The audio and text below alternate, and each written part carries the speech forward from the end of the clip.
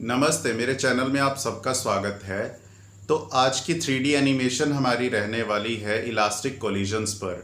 Elastic collisions में क्या होता है कि एक तो टोटल एनर्जी हमारी कंजर्व्ड रहती है और दूसरा टोटल लीनियर मोमेंटम हमारा कंजर्व्ड रहता है एक आइसोलेटेड सिस्टम में। तो ऐसा ही एक आइसोलेटेड सिस्टम यानी कि हम एक बिलियर्ड बॉल टेबल की एग्जांपल लेंगे जिस पर हम दो बॉल्स जो डिफरेंट डिफरेंट मासेस की होंगी और उनको कुछ वेलोसिटीज़ हम आर्बिट्रेरी वेलोसिटीज़ देंगे और आपस में उनको टकरा कर देखेंगे बिल्कुल एनर्जी और मोमेंटम को कंजर्व करते हुए। तो सबसे पहले एक डेमो देख लेते हैं। चलिए विजुअल स्क्रीन पर ये देखिए। तो देखिए अब आ गए हैं हम अपनी विजुअल स्क्रीन पर और ये देखिए ये कोलिजन हो रहा है दो बॉल्स का। बिलियर्ड बॉल ली है एक येलो और रेड कलर की और आपस में टकरा रही हैं। बिल्कुल परफेक्ट इलास्टिक कोलिजन की हमने कंडीशन डाली हुई है।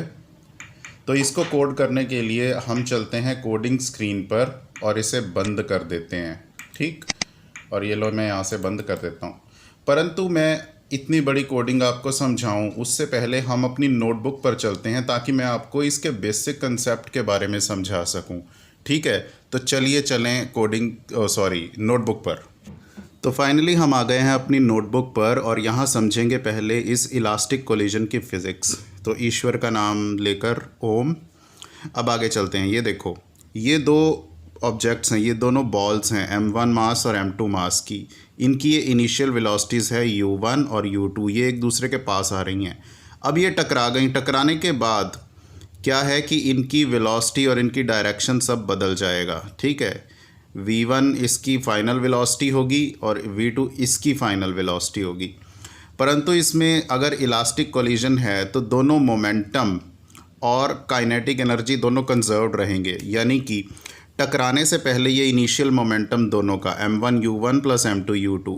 मोमेंटम क्या होता है? मोमेंटम होता है किसी भी ऑब्जेक्ट का मोशन, किस उसके अंदर मोशन कितना है किलोग्राम मीटर पर सेकंड में।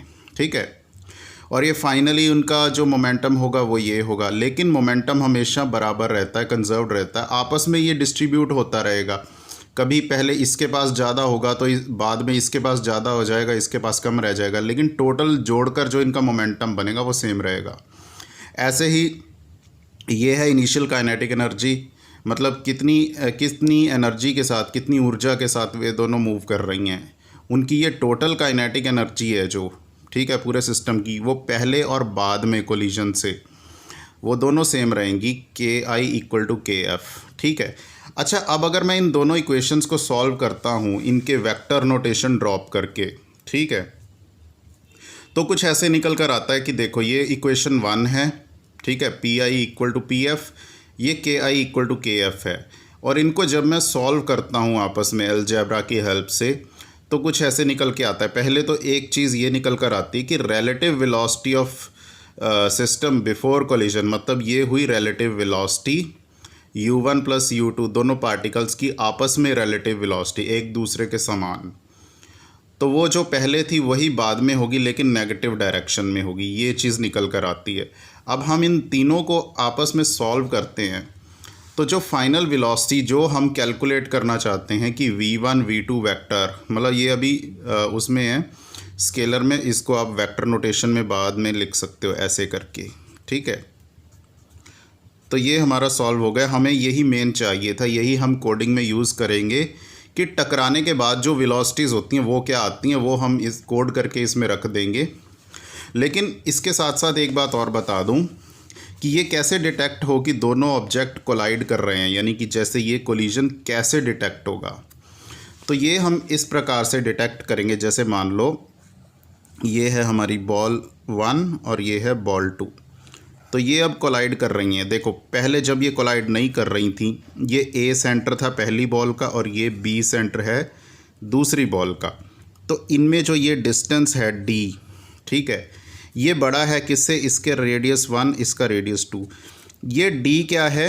ये बड़ा है अभी रेडियस 1 प्लस रेडियस 2 से, दोनों के रेडियस के सम से। तो इसका मतलब है बॉल अभी दूर हैं। तो जब ये पास आएंगी यानी कि ये टकराएंगी आपस में, तो क्या होगा कि ये जो D है ये छोटा होने लगेगा R1 प्लस R2 के।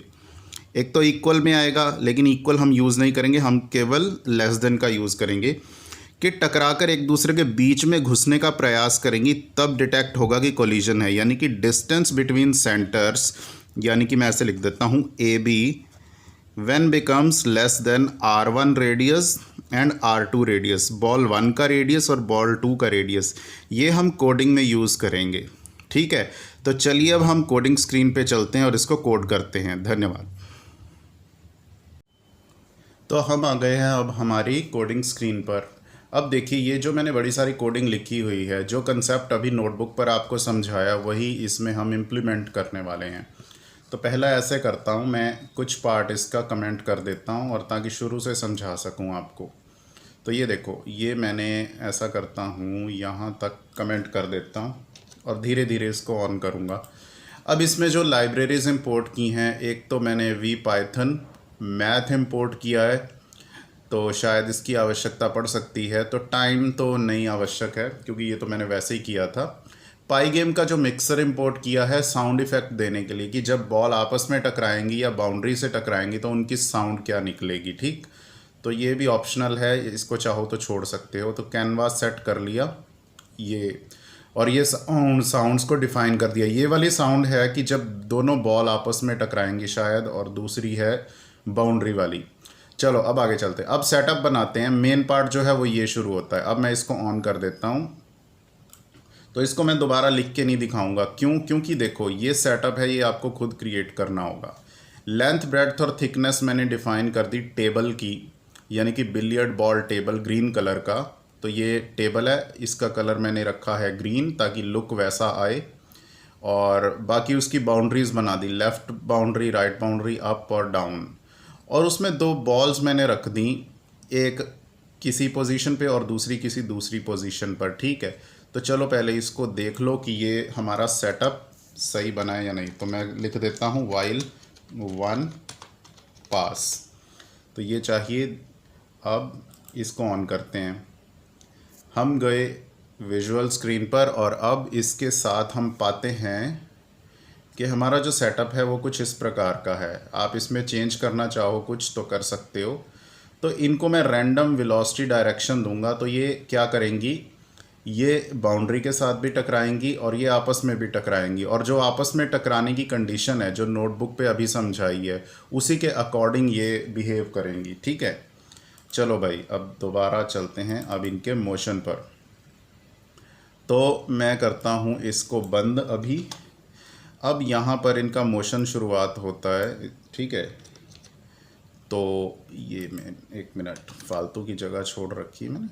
हाँ, अच्छा, अब देखो ये जो है ना वाइल लूप, इसको मैं धीरे धीरे ऑन करता हूँ। पहले मैं इसका उतना ही पार्ट ऑन करता हूँ जितना मैं अभी समझाऊँगा। ठीक, तो केवल अभी इतना ही पार्ट हम ऑन करते हैं। ये देखने में बड़ा लग रहा है लेकिन है बहुत ही सिंपल। अब कैसे है देखो, सबसे पहले ये हम क्या कर रहे हैं, ये दोनों बॉल्स की जो कोलिजन डिटेक्ट कर रहे हैं विद बाउंड्री। ये देख रहे हो, ये टेबल का साइज़ है। यानी कि जब बॉल जो है, अब टेबल कैसे आएगा, ये जैसे चौरस हमारे पास टेबल है, तो बॉल या तो इधर जाएगी ऐसे।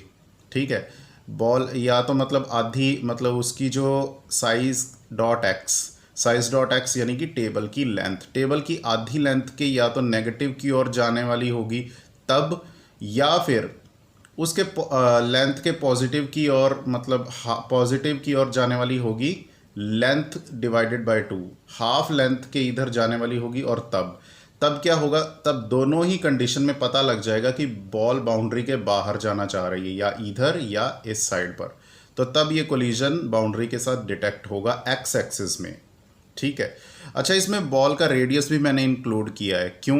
क्योंकि चलो ये मैं आपको बताता हूँ कि बॉल जैसे इस प्रकार से ये रेडियस होता है, गोल होती है ना, तो यहाँ सेंटर से उसका सेंटर जो है, सेंटर ऑफ मास उसका बिल्कुल सेंटर पे होता है, ज्योमेट्रिक सेंटर पर।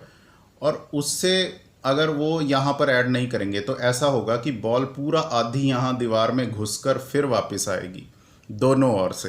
तो इसीलिए बॉल का रेडियस भी बीच में ऐड कर देना चाहिए, यहाँ पे पॉजिटिव मोड में और यहाँ नेगेटिव मोड में। ठीक है, तो इससे क्या होगा, अच्छा जब ये चीज़ हो जाए तो क्या हो, बॉल का एक्स कोऑर्डिनेट, वेलोसिटी का एक्स कोऑर्डिनेट रिवर्स हो जाए और वाई का वही रहे, तो ये साउंड भी प्ले हो जाए जो है, इसको आप स्किप कर सकते हो अभी। तो एल्स पास, अगर ये चीज़ ना हो तो पास हो जाए। अब यही बॉल वन जब जैसे एक्स के साथ हमने कोलिजन डिटेक्ट किया इधर कि एक्स की बाउंड्री को पार ना करे टेबल की, और वैसे ही वाई की बाउंड्री को पार ना करे, उसके लिए भी वाई की जो ब्रेड्थ है उसकी आधी ब्रेड्थ से ऊपर ना जाए और आधी ब्रेड्थ से ये नीचे को ना जाने पाए। यही है ना, देखो आधी ब्रेड्थ से अगर नीचे जाने लगे तो, अगर आधी ब्रेड्थ से ऊपर जाने लगे तो क्या हो, कोलिजन हो जाए डिटेक्ट और बॉल का जो वाई वेलोसिटी का वाई कंपोनेंट है वो रिवर्स हो जाए।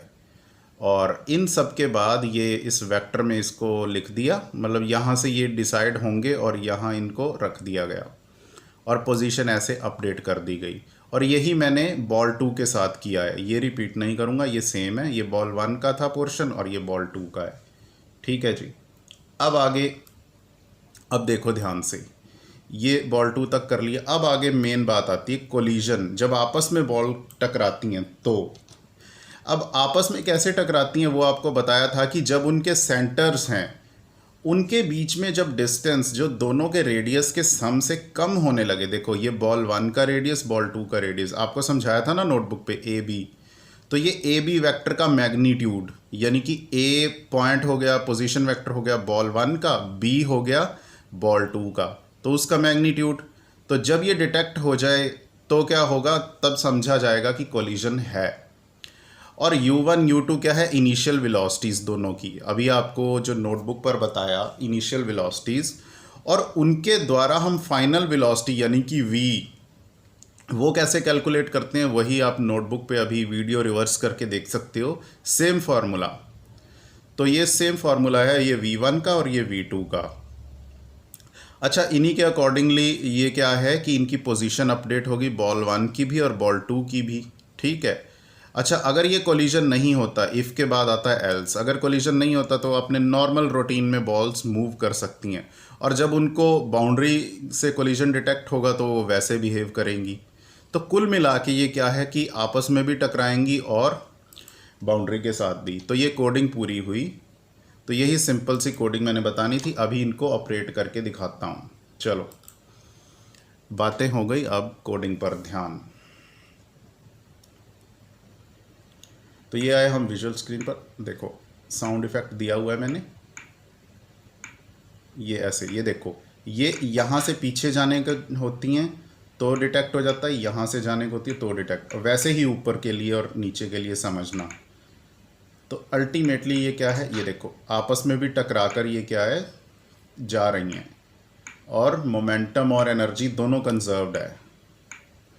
ठीक है, तो यही है, यही थी आज की सिमुलेशन, आपको मज़ा आया होगा। तो ऐसी और अच्छी और रियलिस्टिक सिमुलेशन के लिए आप मेरे चैनल को लाइक, शेयर और सब्सक्राइब कर सकते हैं। जिनको आवश्यकता है वो शेयर भी कर सकते हैं दूर, और ताकि मैं आपको ऐसी बेहतर और अच्छी सिमुलेशन सिखा सकूं। तो मिलता हूं आपसे अगली वीडियो में, धन्यवाद।